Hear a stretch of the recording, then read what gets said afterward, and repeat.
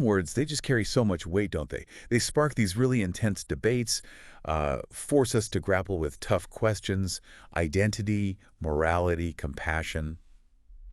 It's all in there. Hmm. Today, we're doing a deep dive into, well, a specific three-letter acronym, MAP.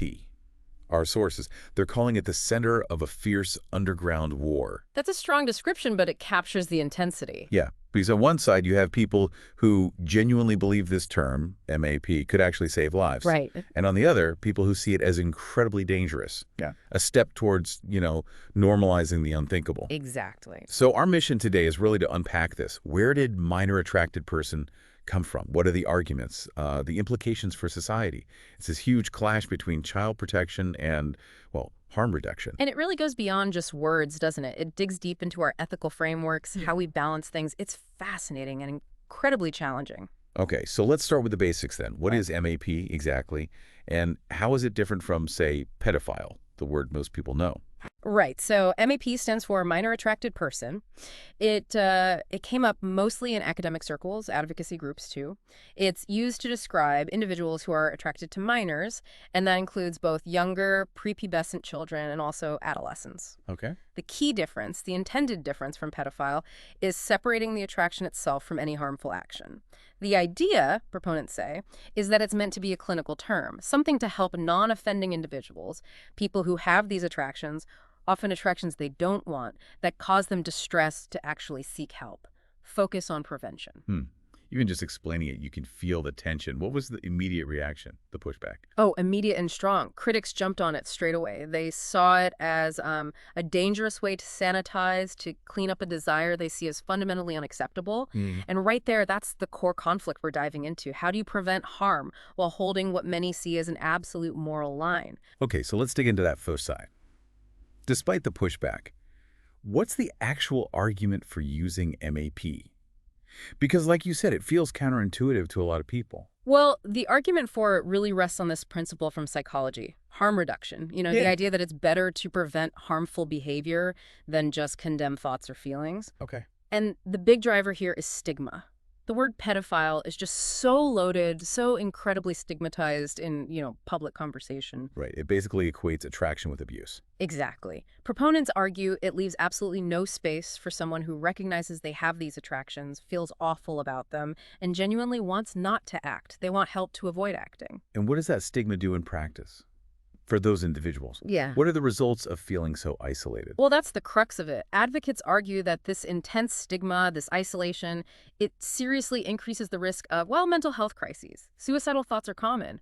Or, and this is the real fear, it could push someone towards actually offending because they feel they have nowhere else to turn. So groups like B4UACT, that one started back in 2003, right? And others like them. They're saying MAP is a way out of that trap. Precisely. They propose MAP as a less judgmental label, still acknowledging the nature of the attraction. And remember, it covers pedophilia, attraction to younger kids, and hebephilia, attraction to adolescents, but offering a pathway, a way into therapy, into support networks. The logic being, basically, if you acknowledge it, get someone help, they're less likely to harm a child than if they're totally isolated and hiding it. That's the core idea. There was a study, I think 2018, in the journal Sexualities that found something like 40% of non-offending individuals with these attractions reported suicidal thoughts, directly linked to feeling isolated. Wow, 40%. Yeah. So from that harm reduction view, seeing these attractions as largely unchosen, like other psychological conditions, means you can intervene early. You even see online groups like Virtuous Pedophiles advocating therapy, coping skills, all focused on ensuring no child gets hurt. So it sounds like the goal isn't really to make the attraction okay, but to make seeking help okay. To try and build a safer society by preventing harm before it happens. Am I getting that right? You've got it. That's the essence of the harm reduction argument. Absolutely. That's a powerful argument from one perspective. Mhm. But we know there's strong disagreement. Where do the critics really push back hard? Right. The counter-argument is just as strong, really. Critics see MAP as a dangerous rebranding exercise. They're deeply worried it could weaken society's sort of zero-tolerance stance on child sexual abuse. They feel the term pedophile needs to be harsh. Exactly. They argue it's intentionally harsh because it needs to reflect the absolute severity of the threat to children. So, swapping it for a neutral term like MAP, they see that as blurring a critical moral line, a line that for them has to be bright and uncrossable. There was a review just this year, 2024, in the Journal of Child Sexual Abuse that actually criticized some research using MAP terminology for potentially downplaying the risk of abuse. And I remember reading about this. One of the really explosive points is when some MAP advocates compare the experience to LGBTQ plus individuals facing stigma. How do critics react to that? That comparison is incredibly fraught, extremely contentious. While, yes, some advocates might point to shared experiences of stigma around innate feelings, critics find that parallel just abhorrent. Because of consent. Absolutely.